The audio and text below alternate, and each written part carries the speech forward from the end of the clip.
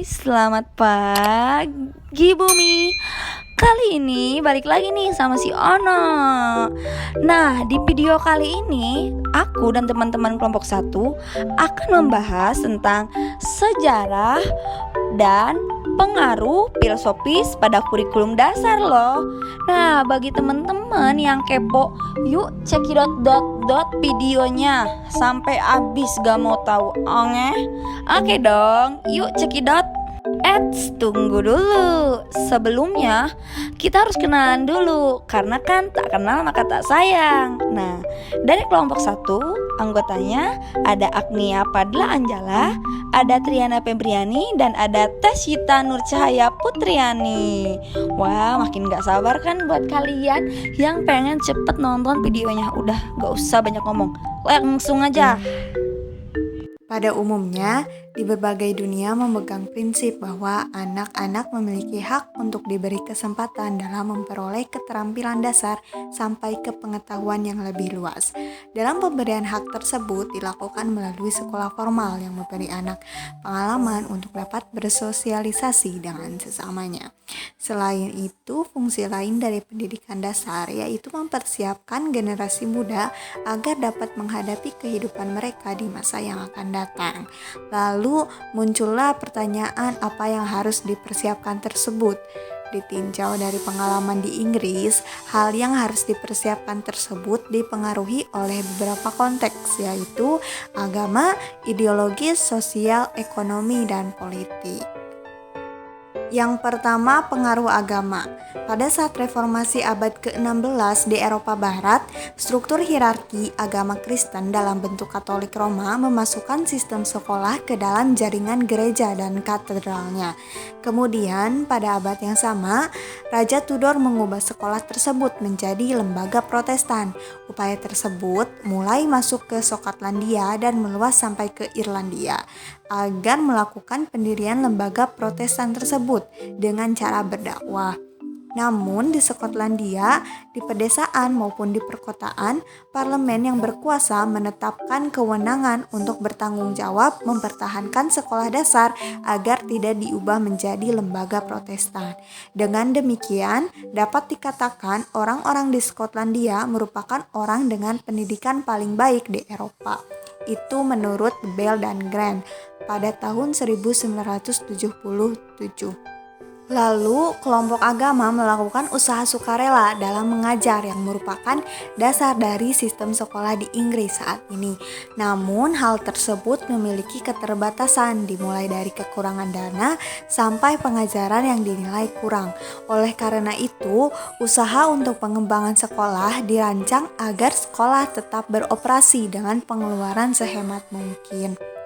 Selanjutnya, warisan Tudor mengenai gereja atau lembaga Protestan ini sangat penting dan ditetapkan sebagai gereja Inggris yang diidentikan dengan tatanan sosial dan administrasi kehidupan Inggris.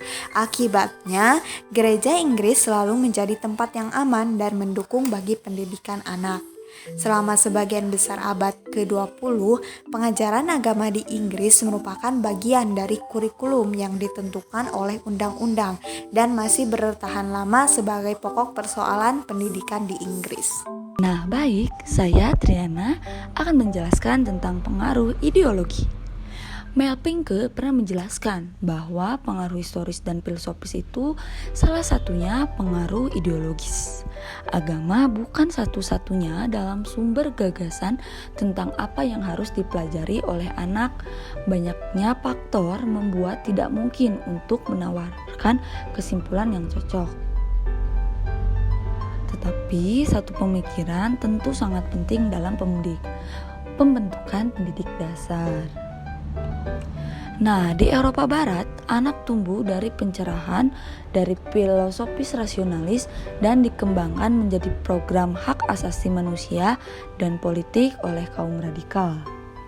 Bisa disederhanakan bahwa di Inggris menyatakan prinsip pendidikan universal. Manusia dibentuk oleh lingkungannya karena pengasuhan itu lebih penting loh dari alam, sehingga setiap orang harus dididik sebagai hak asasi manusia dan sebagai emansipasi. Nah, oleh Karena itu, pengenalan kurikulum nasional dengan pengujian reguler, kritik terhadap kelompok, kemampuan campuran panggilan untuk pengajaran kelas yang lebih menyeluruh dan lebih banyak kompetisi dan pengenalan ulang tempat sekolah menengah yang selektif. Yang kedua, ada pengaruh sosial. Selain pengaruh ideologi, ada juga loh pengaruh sosial. Pengaruh sosial pada pendidikan dasar adalah seperangkat pertimbangan yang sangat luas dan beraneka ragam. Anak-anak itu tumbuh dari berbagai macam faktor penyebab. Ada faktor ideologis, politik, dan ekonomi. Dan mereka dilihat dari berbagai hasil. Semua masyarakat memiliki beberapa kelompok. Ada kelompok yang berkuasa dan ada yang di bawah dalam berkuasa. Namun ada pembedaan mendasar antara masyarakat yang membentuk sistem pendidikan. Mereka untuk melindungi yang diuntungkan dan yang diragukan. Nah, dalam pendidikan di Inggris itu dibedakan guys, dari bagaimana latar sosialnya. Hal ini tuh mempengaruhi dalam kegiatan pendidikan, adanya itu diferensiasi sosial. Kepada kelas atas itu masyarakat perkotaan itu sangat dibutuhkan dalam menuntut pendidikan menengah dan dieksklusifkan. Dan berbeda loh kepada anak-anak yang tinggal di pedesaan. Malah pemerintah itu seperti yang tidak peduli gitu kepada orang yang di pedesaan, orang yang tidak mampu itu tidak membutuhkan adanya pendidikan. Oleh karena itu pendidikan di Inggris sangat tidak baik loh, karena hanya mengambil uang dari para elit Inggris. Sekian, terima kasih. Baik, yang selanjutnya, pengaruh dalam bidang ekonomi. Sejarah dalam bidang ekonomi ini berawal dari tahun 1709, di mana Inggris mengalami penurunan ekonomi. Namun, analisis penyebab penurunan ini mengalami hambatan karena tidak adanya indeks terukur yang mengaitkan pendidikan dengan kinerja ekonomi. Sedangkan di negara-negara lain, pemerintahnya yang ingin mempengaruhi kemajuan ekonomi biasanya berinvestasi dalam pendidikan dan pelatihan sebagai kontributor utama. Selanjutnya, ketika Inggris berhasil melakukan revolusi industri, lalu mulai menempatkan pendidikan dan pelatihan sebagai agenda utama. Lalu para industrialis dan pengusaha mempelajari keterampilan kerja melakukan percobaan-percobaan, sehingga memunculkan aturan praktis, yaitu model magang atau belajar sambil bekerja.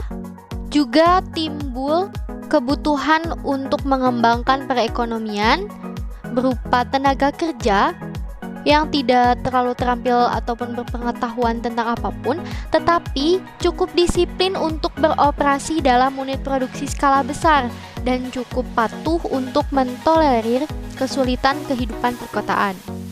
Lalu setelah itu, Emil Durkheim menegaskan bahwa pendidikan memiliki fungsi kembar, yaitu menyediakan keterampilan yang dibutuhkan oleh ekonomi industri dan bertindak sebagai kendaraan utama kohesi sosial melalui transmisi budaya dan moralitas bersama.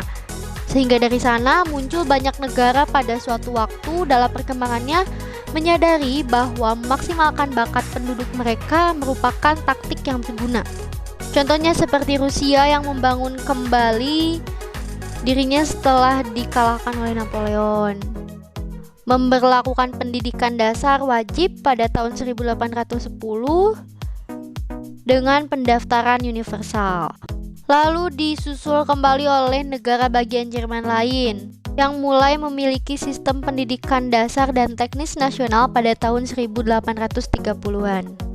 Disusul juga oleh Irlandia pada dekade yang sama, ketika Kepulauan Channel dan Pulau Man mendapat manfaat dari reorganisasi pendidikan skala penuh, dan disimpulkan banyak negara-negara di Eropa yang mulai memberlakukan pendidikan dasar.